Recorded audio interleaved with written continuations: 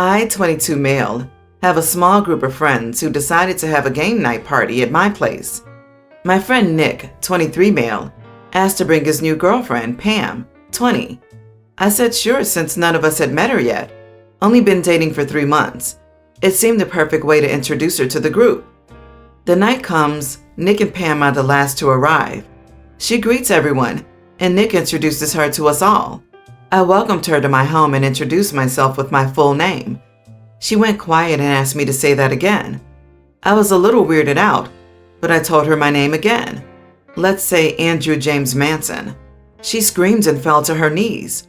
Nick immediately consoles her and tries to calm her down. It turns out that she has a fear of criminals. I share a last name with one from my state because I am also, unfortunately, distantly related to him. It wasn't a big profile case that everyone around the country knows, but it's enough for some locals to wonder if I had a connection to him. Most people consider this pretty heavy information, so I don't tend to tell it to everyone. My friends all knew at this point, but Pam didn't.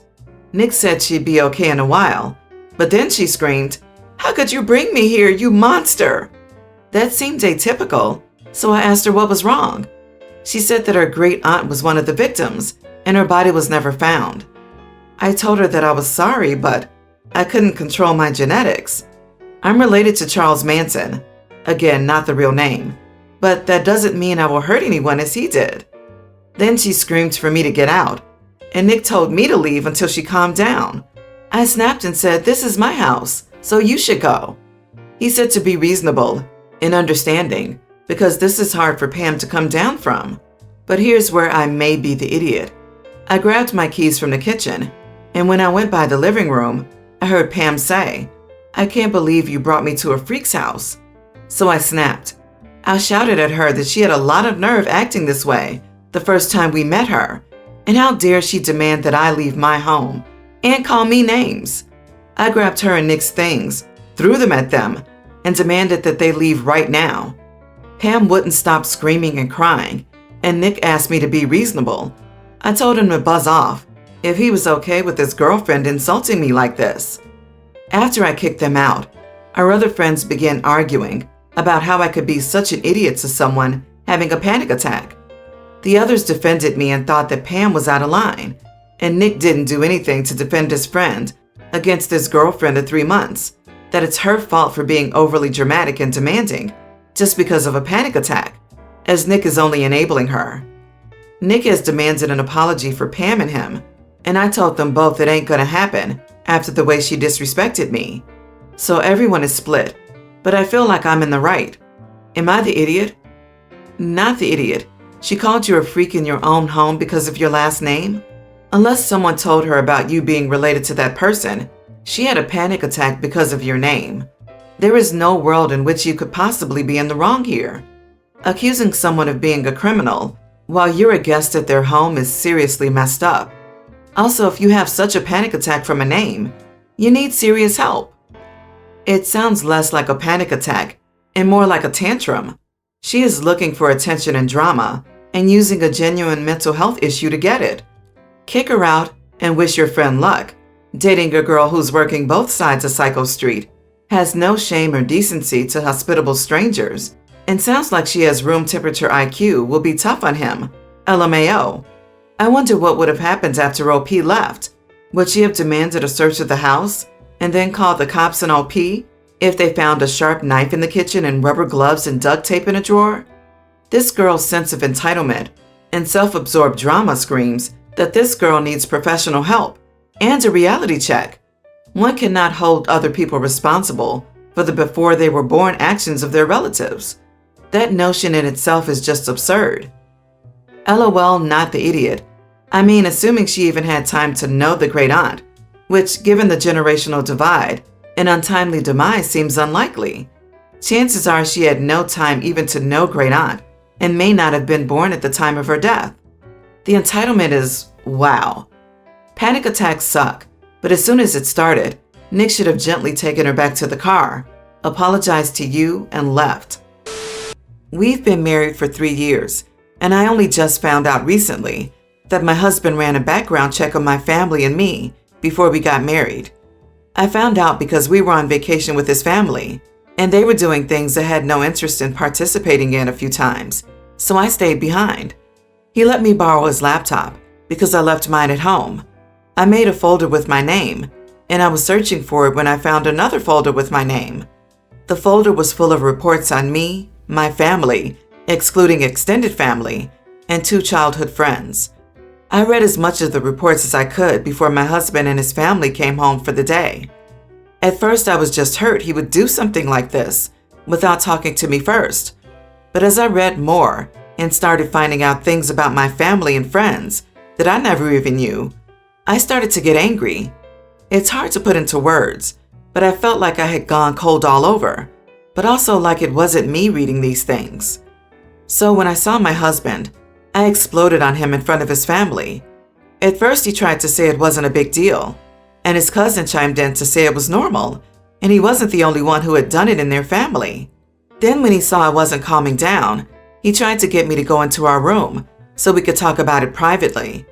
But I told him I wasn't going anywhere with him, and I was leaving.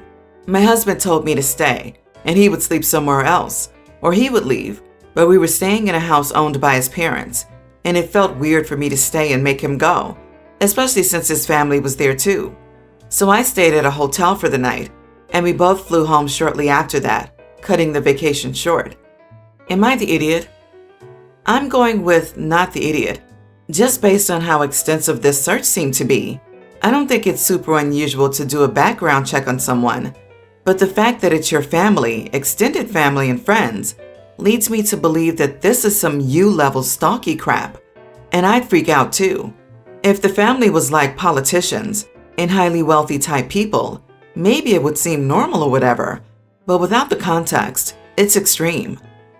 Something like this goes beyond your basic Googling someone's name or checking their social media. If he's finding out info about your childhood friends that you didn't know, then he's gone far beyond a reasonable glimpse. His cousin is probably trying to de-escalate, but it's scary to think they all do this and know their date's history to this degree without their knowledge.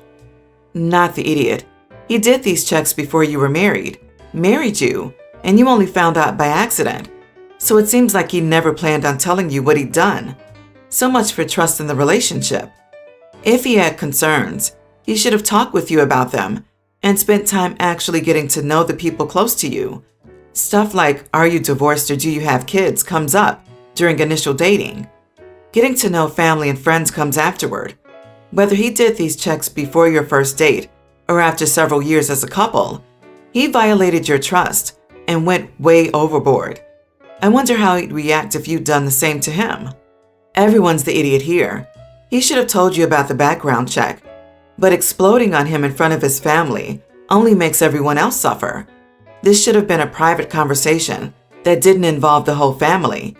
Also, you will have to talk about it with him at some point, or at least decide your path forward. I don't blame you for being creeped out, but you can't just stay in that state forever. My wife and I have been together for 3 years. I have a daughter from my previous marriage. She's a young teen. I also have a stepson who tends to be rude at times, but civil enough around adults. He's 2 years older. He and his stepsister got along well. No arguing, no yelling, even better than most siblings I know, which is great. And it's quite a relief to see them loving and respecting each other. We have 2 bathrooms in the house. My daughter only uses the smaller one, since it's always available, unlike the main bathroom that my stepson, wife, and I often use. I recently received some money and decided to renovate the small bathroom that my daughter uses, since she complained about things needing to be fixed. I started the renovation 2 days ago, while my daughter uses the main bathroom as an alternative. There were no issues until my wife pulled me aside, saying my daughter's been leaving period products inside the bathroom, and it wasn't right because my stepson would see them. I asked my wife for more clarification, and it turns out my daughter gets rid of her used pads by putting them in a trash can inside the bathroom. I told my wife there was nothing wrong with that, so what's the problem? She gave me a look, called me ignorant, then dropped it. This morning she looked upset and told me my stepson went inside the bathroom after my daughter got out and probably saw her used pads in the bathroom. I asked if she meant the trash can, and it was confirmed. She then told me to ask my daughter to stop using the main bathroom, even though the small one is still being renovated. I lost my temper and told her she was making a ridiculously unreasonable demand. I told her it was my daughter's house too. Where is she supposed to go if she can't use both bathrooms? We started arguing back and forth until she said she'd talk to her, but I told her to stop it. She just kept giving me the cold shoulder for hours now, even though my stepson said nothing about this issue, as she claims it to be. My wife said she's trying to be a parent, but I treat her as an outsider to my daughter.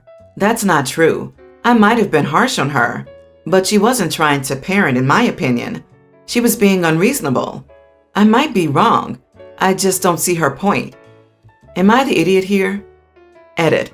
My wife is an incredibly private person, but that doesn't mean she can get others to follow. My stepson isn't even aware of what his mom's talking about. He can barely look around. He always has his phone glued to his face, and he doesn't pay attention to anything. Not the idiot. Her son lives in a world in which people who menstruate exist. He's going to have to deal with it. There's nothing wrong with him seeing a box of tampons or pads. Your daughter having her period is natural, and she shouldn't be relegated to another bathroom because of it. What does your wife do with her products? Hide them? Not the idiot. Your wife is raising her son to be one of those weird dudes who have a gag reflex when he hears the word tampon. Seriously, what is she even trying to shelter him from? Reality? She sounds like a nightmare.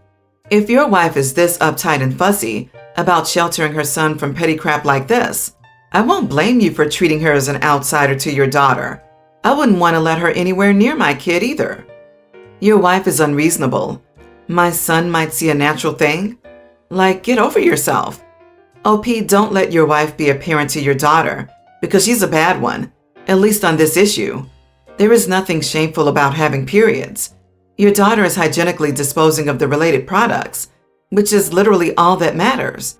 If your wife thinks her son somehow needs protection from the evidence that a normal bodily function exists, she has issues and should seek help for them. My son and his wife are 25 and 27, and I'm 45. They both worked full-time until a few months ago, when his wife had to stop for reasons that aren't mine to share. And my son has become insufferable. It recently culminated in me telling him he needed to stop whining about the situation and man up. I love my son very much, but he's always online posting about how hard he has to work or going on unprovoked monologues about the stress of being a family's sole breadwinner. He does this openly, doesn't even try to hide it from his wife. It clearly makes her feel bad or like she's not pulling her weight, since he also talks about having to do everything around the house and care for his wife since she's, quote, on IR for now. I talked to her, and she told me she wasn't bothered by anything but him claiming he does everything at home, because according to her, he doesn't. When I pointed out everything to him, he said, well, you and her can't understand what it's like to be the sole income of a household, and that I should, quote, ask Dad, since he could tell you. His father was the sole breadwinner for a long time. I work too now, though. But yes, he knows what it's like. But he, his father, or my father, were never this dramatic. I never once heard my husband or dad express any worry over bearing the entire burden. These were men. They didn't do that. They manned up and kept it moving. Sure, they may have felt a little uneasy about it, but they didn't dwell on it. And they certainly didn't belittle their wife's contributions and lie about doing everything at home as well. My daughter pointed out, he's my son, and I shouldn't be standing up for his wife if it means putting him down. But I'm just tired of him moaning and groaning in person and online about his situation, along with basically saying his wife is not pulling her weight. My son-in-law is the sole breadwinner, and he doesn't badmouth my daughter or whine about things. My 19-year-old nephew works 2 lower-paying jobs to pay the bills for his girlfriend and their newborn. So it's literally only my son who whines about his situation while expecting sympathy for staying with his, quote, basically helpless wife. It isn't okay with me. Not the idiot. No offense, but what planet is your daughter living on? It's okay to love your son unconditionally, but you also can't let him say these sorts of things. And the fact that you won't reveal what's wrong with his wife only proves that it's bad and that he shouldn't say these things. You are the idiot. This, my friends, is what we call toxic masculinity. Shaming your son for venting his feelings is a majorly idiot move. Stop setting different standards for men versus women based on nonsense sitcom depictions of the 1950s nuclear family. It's destructive both to the people you impose it upon, as well as the people around them. Not only are you nosing into other people's business, you're doing it in a way that's more destructive than the behavior you're trying to correct. Not the idiot. When you get married, you literally sign up to be with your SO whenever and whatever is happening. If he can't stop complaining about giving her the life she deserves and lying about doing house chores, he shouldn't be married. That's the whole thing about getting married, to support your SO and be with them, knowing there will be good days and bad days. Your son is the idiot. Everyone's an idiot. I'm going to go ahead and say that your father and husband more than likely talked about how hard it can be too, complained about it. They just did it in person to their friends over beers because social media didn't exist back then. You're trying to hold your son to a standard that you're wrong about. That said, he's wrong for doing it in the way he is. Does he not have friends that he can vent to in person rather than publicly online? He needs to stop using social media as an attention sponge to validate his breadwinner stresses. I'm going to be completely upfront. I may have done a despicable thing. I'm 26 female, getting married to my partner, 28 male, of 7 years at the end of the year. My cousin, 30 female, is also getting married a month after my wedding. Due to our weddings being so close together, my cousin and I have been bonding over it. A few weeks ago, my cousin and I went out to lunch, and afterward, we decided to go to a bridal store to browse the dresses. My cousin spotted a dress that she loved, and I did too. I've been having a tough time finding the perfect dress, and this was the first dress I've come across that I could genuinely imagine myself wearing. But my cousin seemed to really like it, so I started saying negative things about the dress and how she'd suit a dress with straps instead of long sleeves, etc. Finally, I succeeded in convincing her that the dress wasn't for her, and a week later I went back to the store with my sister and best friends to try the dress on, and well, I ended up picking it as my wedding dress. I highly doubt she'll remember the dress when my wedding day comes around, so I didn't expect any drama to occur. 2 days ago, my cousin messaged me excitedly to tell me that she finally chose her wedding dress, and while it's the exact same dress from the store that I chose, I had no choice but to tell her that I got that dress as well. She was confused because she thought I hated the dress, so I told her the truth, that I only lied because I wanted the dress for myself. And now she's angry, and she's calling me a snake. I'm stressing out.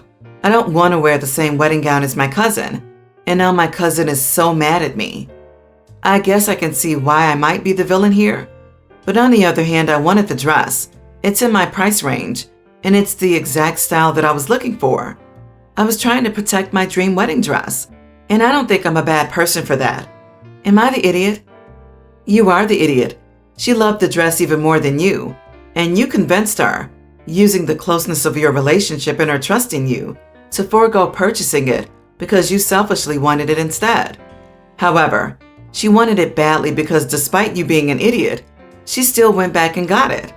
And you think that she saw it, loved it, and won't remember it? But you think any overlapping guests between your two weddings would remember your dress at hers? You sound dumb. I hope she looks way better than you in it, and your family and friends hear the story. You are the idiot. Newsflash, the dress wasn't made custom. Other brides were wearing it at their weddings, so it's not just your dress. And your selfish manipulation caused all this drama. You played yourself, OP. For all you knew, she could have let you have the dress if you had been honest in the first place.